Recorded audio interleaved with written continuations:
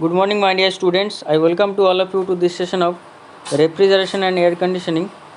Dear students, I am Dhiraj Mondol, Assistant Professor, JIS College of Engineering, Mechanical Engineering Department, Kolani, Nodia. So the subject ME 504. This subject is dedicated for mechanical third year student, fifth semester. Refrigeration and air conditioning. Under this subject, we are discussing module 5, that is your duct design and air distribution, part 4. So last 3 class we have taken you know that introduction of duct system and what are the components that was discussed, classification of the duct, shape of the duct, aspect ratio, pressure loss, velocity reduction method, equal friction loss method, static pressure recovery method, and duct design also discussed. Air distribution system, here you can see the type of outlet and the location of the outlet, and cooling load estimation. Here we were discussing the conduction, convection and radiation. So what is conduction, what is convection, radiation? I hope it is clear. Now by the help of these three methods, the particular heat is transferring from one point to another point, and as a result we are getting some cooling region or all the whatever, that means the refrigerated air or cooling air we are getting by the help of some heat transfer process. Okay, now the conduction, convection, radiation, this example was taken. What the example of radiation, you can see it is like energy transferred by electromagnetic radiation. The convection process is basically mass motion of molecule, and the conduction process is your transfer energy is transferred by direct contact. So this was discussed. Now the if I want to measure the heat quantity, then for 1 degree centigrade temperature, 1 kilocalorie heat I want. If I apply 1 kilocalorie heat to 1 kg of water, then if it will be converted into 15 degree to 16 degree centigrade water. So that is the that means the measuring heat quantity, how we can measure the heat quantity, that was discussed. Now what is BTU, British thermal unit, that is also well known to you. Sensible heat and latent heat. In case of sensible heat, we know that the temperature is increasing but phase is remain unchanged. So 16 degree to or 50.6 degree centigrade to 16 degree Fahrenheit, or 15.6 degree centigrade to 100 degree centigrade, or 212 degree Fahrenheit. If we are applying some heat temperature, applying heat on a water particle, room temperature water particle, then it will first of all it will reach 100 degree centigrade water. Then again if I am heating up that water, then it will be converted into 100 degree centigrade vapor. So in this latent heat and your sensible heat, we can say that in case of sensible heat the temperature is gained but phase is not changing, but in case of latent heat the phase is changing but temperature is remain unchanged. Now let us talk about human comfort. The condition at which most people are likely to feel comfortable most of the time. All you know that human comfort means that means the temperature should be near about 20 to 25 degree centigrade, and the relative humidity is also depending the optimal relative humidity should be there. That means 60% relative humidity and 20 degree centigrade temperature. It is a very a comfortable weather condition, we can say, and this is also called thermal comfort. And temperature in summer region 78 degree Fahrenheit, and in winter region a 68 degree Fahrenheit, and relative humidity should be 30% to 60%. Now the factors affecting the human comfort. What are the different factors that means that is affecting the human comfort? The dry bulb temperature. Basically, what is dry bulb temperature? If in a room temperature, in the atmospheric temperature, if I place a thermometer, and what are the temperature scale, that means the in the thermometer, what are the temperature we are getting, so that registered temperature is called your dry bulb temperature. If I am talking about the humidity, it is the it is the your mass of water vapor by mass of saturated water vapor. Okay, now the mass of the dry mass of water vapor by per unit mass of the dry air. Now the air movement, if I am taking talking about the air movement, the air is moving from one point to another point, and it is replacing the refrigeration, it is basically replacing the hot or exhausted air, and some refrigerated air is fulfilling that particular space. So air movement is very important to make a room temperature constant, like your 25 degree or 20 degree, whatever you need to have, that that air movement should have been there, so that the room temperature should be maintained. If I am talking about the fresh air means the air which is coming from the atmosphere, and air which is coming from the atmosphere, and what happened, this fresh air is in we are inhaling this fresh air as a and after that we are just releasing the carbon dioxide.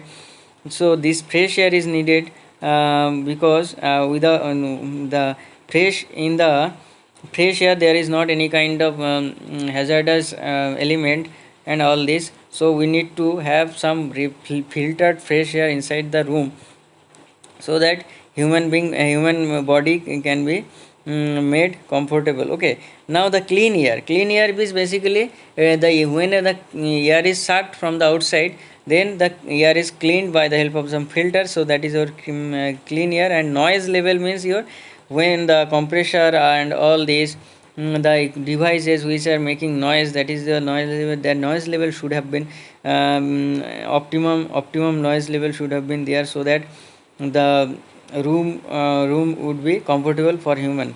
Otherwise the human being would not be make himself or herself comfortable. Okay, now adequate lighting means the room temperature, in the room, for comfort room, the lighting should be, that means the light or the your what we can say intensity of light should be very low. That means it should not be reflected on your eye.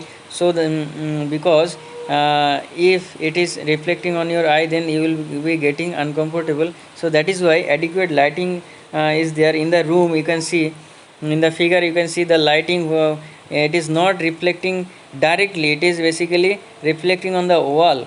And in this type of wall, and that means the human eye or human being, he or she will be making himself or herself comfortable because of this adequate lighting system. Now the proper furniture and work surface, this is also some comfortable and comfortability of a human being. Proper furniture and work surface means there should be when if it is your office, then there should be some chair, table and all this, some furniture should be there, so that you can make yourself comfortable and you can work there. So that is also a very important parameter, the proper furniture and work surface, because without this proper furniture and work surface, you can't work properly, you can't work comfortably. So suppose in your home, if you want to work by on a computer, then you need to have some computer table, the keyboard or the mouse should be placed in such a way that you can access that particular mouse or keyboard in a very comfortable way.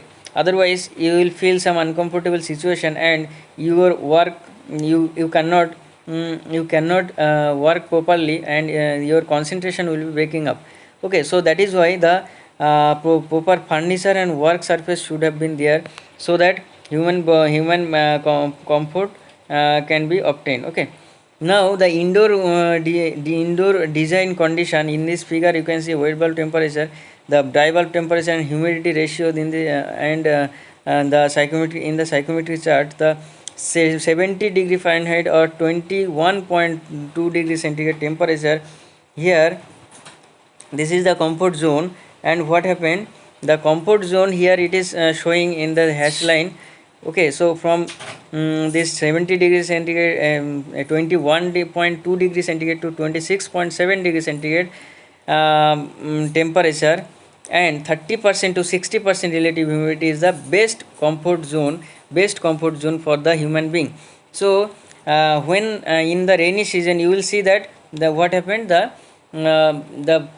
room is the temperature is basically high, but so that you, if you are reducing the temperature and and the humidity is more, so even though you will feel uncomfortable because the moisture content in the air is high. That is why the human body will feel uncomfortable. That is why the to make the human body comfortable, you need to reduce the relative humidity. Okay, so in rainy season you must see the relative humidity is 90% or 85%, 80% like this. So it should be reduced to 60%. So 30% to 60% relative humidity is best for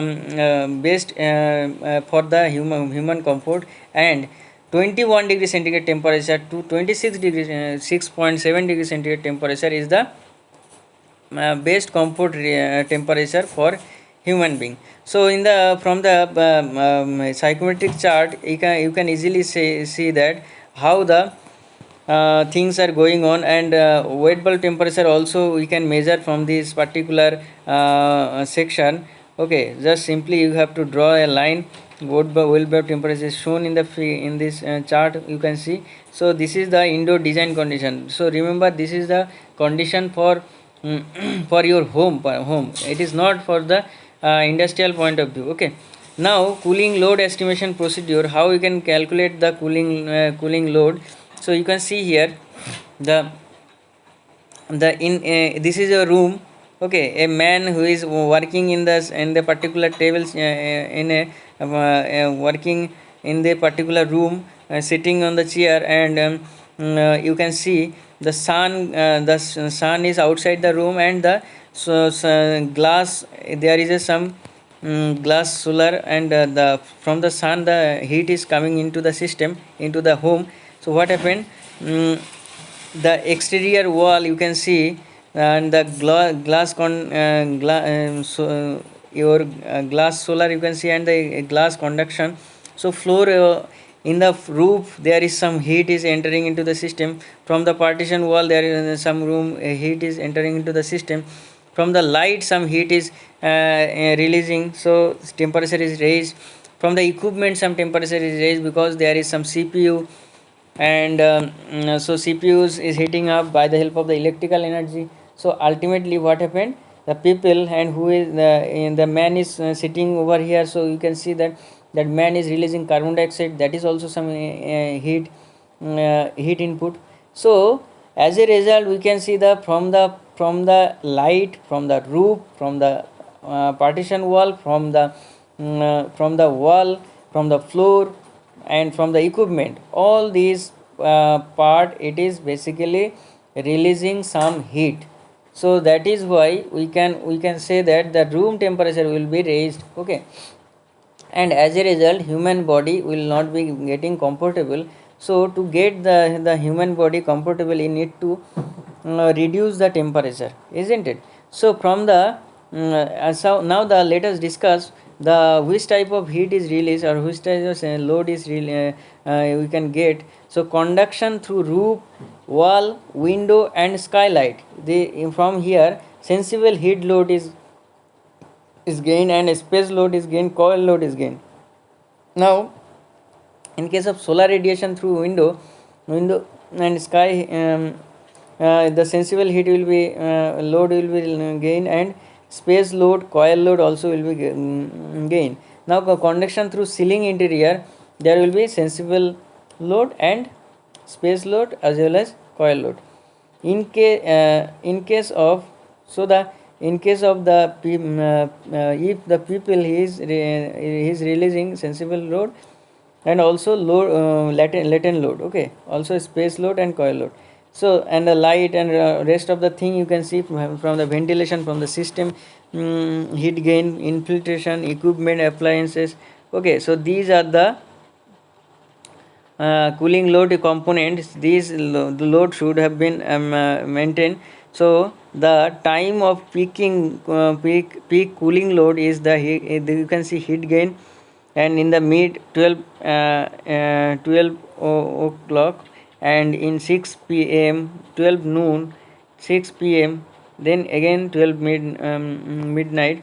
So the east facing window, in the east facing window and in the roof, the heat gain you can see at 12 o'clock it will be more, and for east facing window at 7 o'clock it will be more, and for in case of roof at at near about 2 to 3 p.m.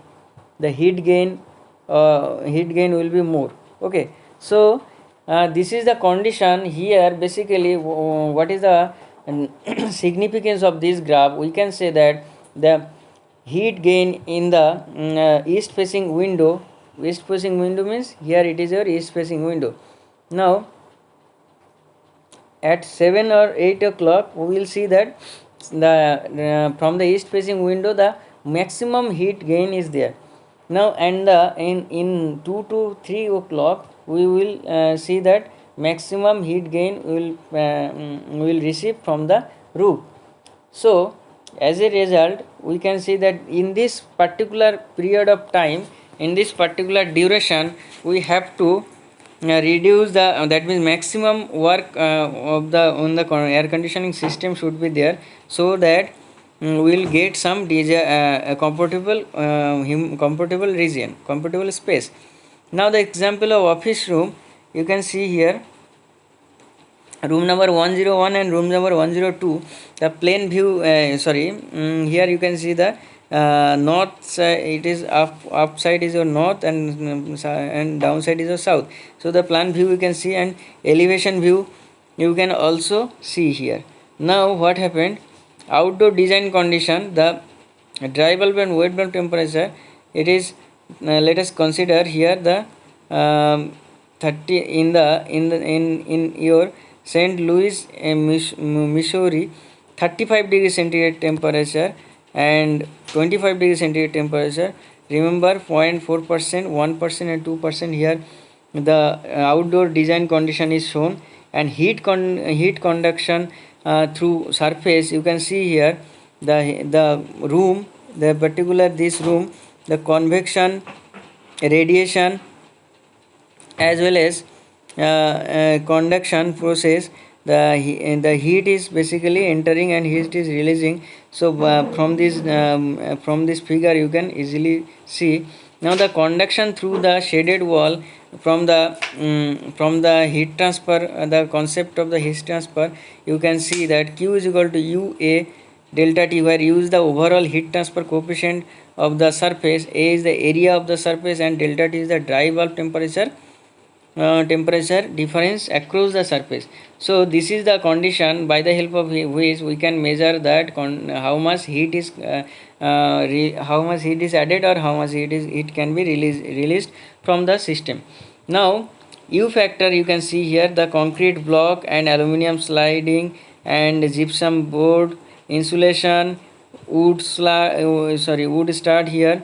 So the heat is basically, it is at first from the aluminum sliding to concrete block to insulation to gypsum board. So this is how the heat will be added. And U factor for is it will be equal to U is equal to 1 by R total. R is the resistance. Okay, so thermal resistance. So thermal resistance is basically resisting the heat transfer. Okay, and if the thermal conductivity more, then thermal resistance will be less. Now for R for outdoor air film, 0.25 for sliding, 0.61 for concrete block, 2.0 for is insulation, 13 for gypsum board, it is 0.45 for indoor air film, it is 0.68. So our total is equal to 16.99. Okay, and by the help of this formula I can easily find out the u is the I can find out the u. Okay, now u is the overall heat transfer coefficient of the surface. So u, from this equation you can be I can find out the overall heat transfer coefficient, that is q is equal to u is equal to q by a into delta t. Okay, so this is the way how we can find out, how we can calculate the particular u factor, and after that from this here you can see the sun rays is coming from the roof by the help of the conduction process, and solar angle changes through the that means here by the sun rise, it will, you will see that in the morning it will be little bit slanted, and in the 12 o'clock in noon it will be 90 degree, it will be reflected on the roof, and in the next in afternoon you will be seen again the sun is releasing heat, or by the help of radiation process sun is the sunrise is coming, it is at an angle which is very that means by the help of that we can maintain, we can calculate that how much heat is gain in the roof, that we can calculate.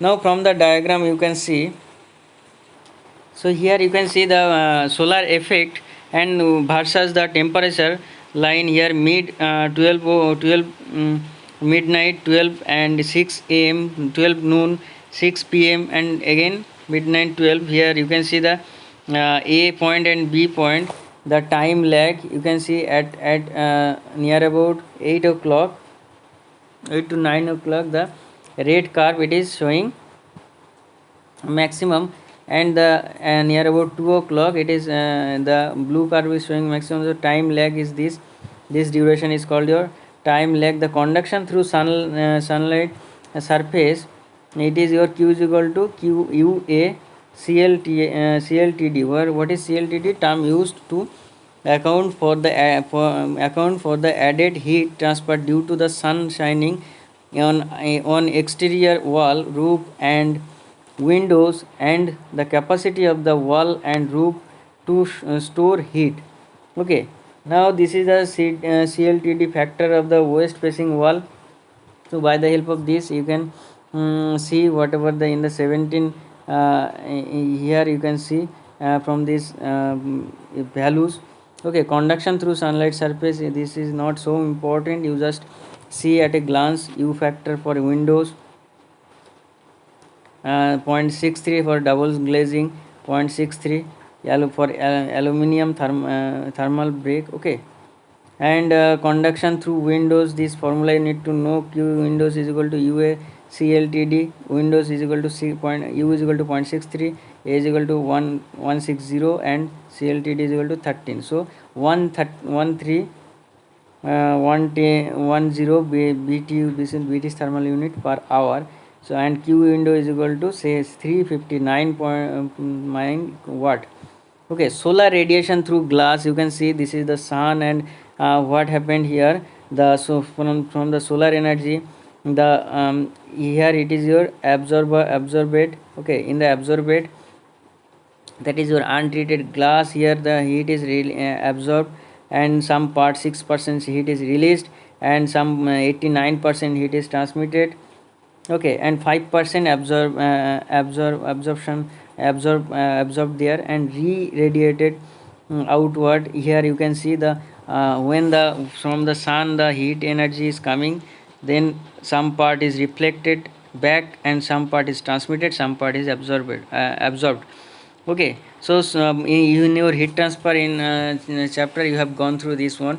Okay, so what is absorptivity, what is transmissibility, that you know. Now the solar heat gain through glass, q is equal to a into SC into SCL. SC is the shading coefficient and SCL is the solar cooling load factor. So this formula is needed. Okay, solar cooling load factor, basically direction, it is, what is this, the direction that the window face, time of day, okay, month, latitude, construction of interior partition wall, type of window covering, existence of internal shading devices.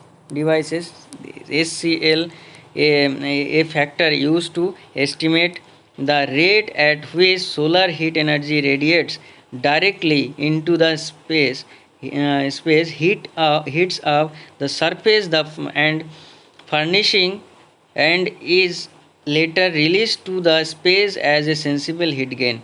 Okay, the shading coefficient, let us discuss. It is an expression we use to define how much of the radiant solar energy that strikes the outer surface of the window is actually transmitted through the window and into the space. So this is about the shading coefficient. Okay, now let us see. So the load condition calculation here, the cooling and heating loads are carried out so that the equipment designed or selected serves the basic purpose of air conditioning. From the load calculation, we can estimate the capacity that will required for various AC equipment. The solar radiation, you need to know that the sum treated as the radiant energy source with surface temperature that is equal to the that of the black body at 6000 Kelvin. And in case of the invisible ultraviolet ray, the wavelength is your 0.29 to 0.40, and the percentage of total radiation is equal to 7, and is visible, for visible radiation it is equal to 0.4 to 0.7, and percentage of total radiation is equal to, wavelength is equal to 0.4 to 0.7, and percentage of total radiation is equal to 39%. Okay, for near infrared IR, that is your infrared 0.7 to 3.5 micrometer your wavelength, and 52% is the total radiation. And FIR, that for infrared, then it is your 4 to 4.75%, and 2% your total infrared. Now the one more thing you need to know, that your when there is some autumn equinox, that is your 23rd of September, and the winter solstice, that is your 21st of December, and the your summer solstice, that is your 21st of June. Okay, and the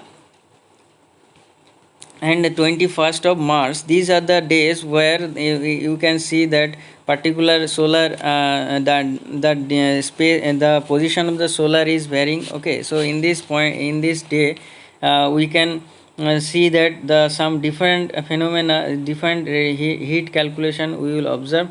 And in this room here, you can see the internal heat gain, people, equipment, appliance, light. These are the internal heat gain. And the heat generated by the people is that metabolism of the human body normally generates more heat than it needs, and 60% heat is transferred by convection and radiation to the surrounding environment.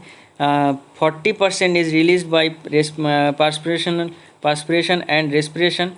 So 60% heat is transferred by convection and radiation to the surrounding environment, and 40% released by perspiration and respiration process. Okay, now the heat generated by people, this chart you can see, take a look, and the CLF factor for people, you can see heat gain from the people. Okay, heat gain from the light.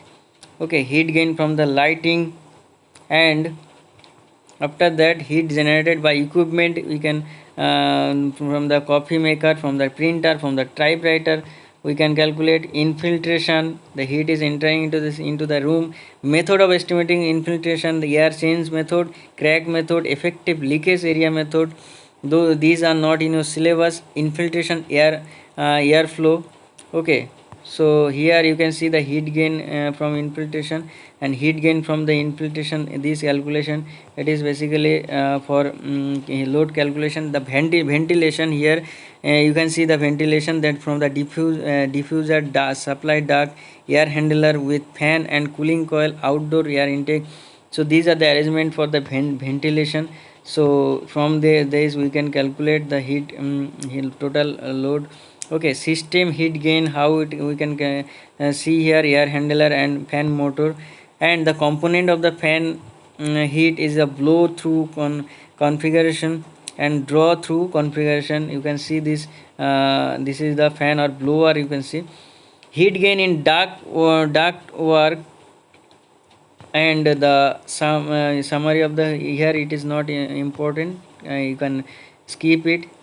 And at last you need to know this sensible heat ratio. In sensible heat ratio is the sensible heat gain by sensible heat gain plus latent heat gain. Okay, so very important for your MCQ question. If the sensible heat gain is given and latent heat gain is given, you can find out the sensible heat ratio. Single space analysis, here you can see the room and it is placed supply fan, cooling coil. So by the help of this you can you can get some refrigerated air input. And how you can determine the supply airflow. Supply airflow is the sensible heat gain by 1.085 into room dry valve minus supply dry valve. Supply airflow is equal to sensible heat gain by 1210 into room dry valve minus supply dry valve. So these are the formula by the help of which we can determine this. Now if I calculate the entering coil condition, the percentage of outdoor air is equal to ventilation airflow by total supply airflow. Okay, so outdoor air percentage is equal to 360. So from the value, it is you can find out. Next is determine the supply air temperature. It is not important. Okay, so this is the this is all about the your duct design and air duct design method, and whatever load condition, how we can calculate the load, that is discussed. I hope it is clear now. These are the things which is important in duct sizing and duct design. So this is the end of the video today. Up to this, thank you for listening. Jai Hind.